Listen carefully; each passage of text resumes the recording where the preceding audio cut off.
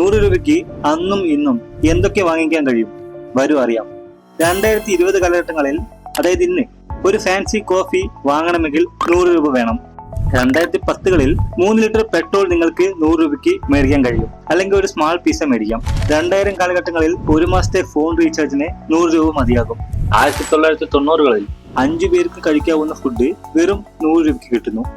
കൂടാതെ ഒരാഴ്ചക്കുള്ള പലചരക്ക് സാധനങ്ങളും പിന്നെ ഒരു മാസത്തെ ഫുൾ ബസ് ചാർജും 100 രൂപയ്ക്ക് കിട്ടുന്നു.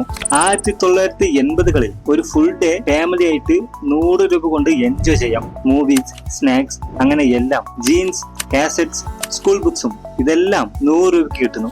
1970കളിൽ 1 ഗ്രാം ഗോൾഡ് 100 രൂപയാണ്. ഇന്ന് എത്രയായി?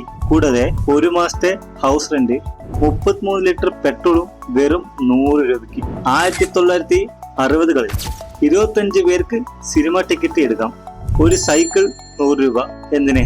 100 കപ്പ് കോഫി 100 രൂപയ്ക്ക് കിട്ടും. 1950കളിൽ ഒരു ഗവൺമെന്റ് എംപ്ലോയിയുടെ സാലറി 100 രൂപയായിരുന്നു. 20 സാരി, 50 ലിറ്റർ പെട്രോൾ, ഒരു മാസത്തെ പലചരക്ക് സാധനങ്ങളും 100 രൂപയ്ക്ക് മേടിക്കാം. 1940കളിൽ 12 ഗ്രാംസ് ഗോൾഡ് 100 രൂപയ്ക്ക്. അങ്ങനെ ഇതിനും പുറകോട്ട് പോയാൽ ഏക്കർ കണക്കിന് ലാൻഡ് വെറും 100 രൂപയ്ക്ക് കിട്ടുന്നു. സോ ഇന്ന് 100 രൂപയ്ക്ക് എന്തൊക്കെ മേടിക്കാൻ പറ്റുമെന്ന് നിങ്ങൾ കമന്റ് ചെയ്യും. മറക്കാതെ നമ്മുടെ ചാനൽ സബ്സ്ക്രൈബ് ചെയ്ത് സപ്പോർട്ട് ചെയ്യുക. അടുത്ത വീഡിയോയിൽ കാണാം.